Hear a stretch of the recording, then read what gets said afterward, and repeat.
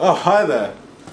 My name's Oliver Flint, and this is the commentary for our music video. I think our music video is is special in a way. It uses and challenges the forms of conventions. Our music has got a fairly like 80s kind of like feel to it, with artists like David Bowie, for instance, and like Rick Astley, like that kind of synth pop. Goes against convention, I suppose, because if you thought of a novel video that would go to our music, we're probably just like a band performing. So we tried to go completely out there and hit different genres of artists. So you have a vast majority of different kind of artists and different feels you get. Like at the beginning we have David Bowie, inspiration from his Life on Mars video. Then we jump all of a sudden to the Beatles in the Cavern Club. And then from Beatles obviously go to Elton John, which I played, which we had his Crocodile Rock video, got a lot of inspiration from that. And then it took a lot of like editing to that because it was quite plain and quite boring. Some little jumps there which we still didn't fix in our final. Then we go to Vanilla Ice, and originally in our rough cut we had just me dancing in the background with Ollie. So we jumped to this, which is a video from YouTube of Graffiti, which is in the original Vanilla Ice Ice Ice Baby video. But we sped this up and green screened Ollie in front of it to make it look real effective, really like just like their video. We tried to conform to a lot of conventions of existing media products because one of the purposes of our music video was for the artists to pay homage to some artists who they thought they might have been influenced by. Like, it's quite influenced by a lot of sort of 80s music, 80s and 70s music. On the other hand, we wanted to kind of challenge a lot of conventions by doing a modern music video in the style of a more dated music video. So we worked quite hard to make the products all kind of tied together to be one big package. So they were all clear that they were all selling the same product. So the music video, the magazine article, and the digipack all were obviously trying to sell the same artists. Digipack. I done most of the visuals on this, and then the rest of the group helped me focus on the texts and sort of all the little logos, barcodes that we needed, the textured surface and a gradient overlay, going from blue from the bottom left corner to purple to the top right. The fonts that we used, Futura, is sort of real rounded. I wouldn't say sort of Futura. The colours blue, green and purple are sort of decent colours to use, I think.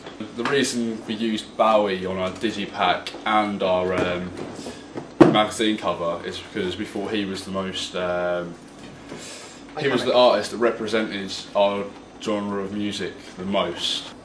So we used the Macs, we used the editing software, which was Final Cut, and also to get tutorials. We got tutorials off YouTube and stuff to find out how to green screen the effects on Final Cut. We used YouTube was a big help. Yeah, YouTube was a big help. We most of our stuff that we did, we got help from YouTube. Blogs. We used blogs to blog our like what we were doing, so that we could go back on it and see what we changed and see what needs to be done.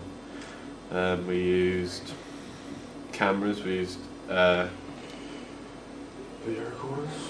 Yeah, video recorders, sound recorders. A lot of lighting. A lot of lighting. We used lighting and Photoshop to get the ancillary texts. Yeah, we used the big stage lights for the green screen effect, so that it would get more light on the character that was on the artist. On this bit we used keyframe animation to put an effect of the human saturation on, so it can gradually build up. So by the end of it, it had that massive blue face and striking pink hair. And also on bits like on our Elton John part, we put a saturation of pink over the top, and we saturated it enough so you can still see the art. It's not too bold, but so it looks like just like the Crocodile Rock video. It's got the pink effects over the top, so the audience can easily relate with that artist to Elton John. So it works really well, I suppose. On this part, we green screened the main artist over the top, but to start with, we had to shoot just this background area, so you can have just the background bit, and then we shot each of me dancing in 3 different areas. So when we went back to the editing stage, we could crop me into each section, but there were slight problems with that, like in different little bits you can get bits where the shadows come across, but we didn't think it really mattered that much. It still fitted with the conventions of the Vanilla Ice video.